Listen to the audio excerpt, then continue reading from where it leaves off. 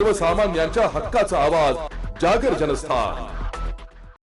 धुळे जिल्ह्यातील पिंपळनेर पोलीस स्टेशनच्या हद्दीत येणाऱ्या चिकसे गांगेश्वर शिवारात चोरट्यांनी आपला मोर्चा आता शेतकऱ्यांच्या कृषी साहित्याकडे वळवलाय।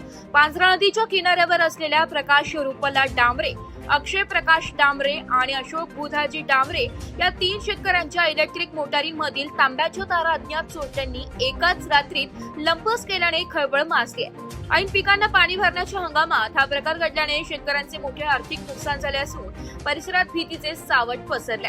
सध्या विजेचा लपंडाव सुरू असल्याने शेतकऱ्यांना दिवसा शेतात राबावे लागत आहे। नेमकी या संधीचा फायदा घेत रात्रीच्या अंधारात चोरट्यांनी हे धाडसी कृत्य केले। दिवसभर कष्ट करूनही रात्री आमचे साहित्य सुरक्षित नसेल तर शेती करायची कशी, असा संतप्त सवाल पीडित शेतकऱ्यांनी उपस्थित केलाय। या घटनेमुळे शेतकऱ्यांच्या सुरक्षेचा प्रश्न पुन्हा एकदा ऐरणीवर आला असून पिंपळनेर पोलिसात या प्रकरणी तक्रार दाखल करण्यात आली आहे। पोलीस आता या प्रकरणाचा अधिक तपास करत असून या चोरट्यांचा तातडीने बंदोबस्त करावा आणि त्यांच्यावर कठोर कारवाई करावी अशी मागणी ग्रामस्थांकडून जोर धरत आहे। जागर जनस्थानसाठी प्रतिनिधी रूपक बिरारी, धुळे।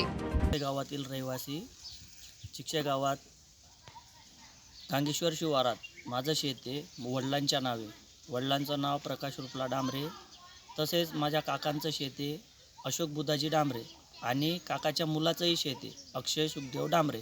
तर काल रात्री मध्यरात्री आमच्या तिघांच्या मोटरींची चोरी झालेली किंवा मोटरी तोडून फोडून मोटरींमधली जी कॉपर वाइंडिंग आहे तर ती कॉपर वाइंडिंग चोरट्यांनी रात्री पळून लावलेली आहे चोरून।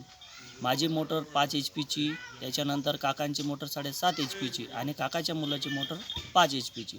असं जवळजवळ तिघांचं मिळून 40-45 हजाराचं नुकसान झालेलं आहे। आणि जेव्हा आम्ही सकाळी शेतात गेलो, रात्री लाईट नव्हती पण सकाळची लाईट असल्यामुळे सकाळी 8 वाजता जेव्हा शेतात गेलो तेव्हा हा प्रकार सगळा उघडकीस आला। सगळ्या मोटरी तोडून फोडून मोकळ्या करून तिथं इकडच्या तिकडं सगळं साहित्य फेकलेलं होतं आणि मोटरींमधली जी कॉपर वाइंडिंग होती ती चोरट्यांनी तिथून लंपास केलेली होती।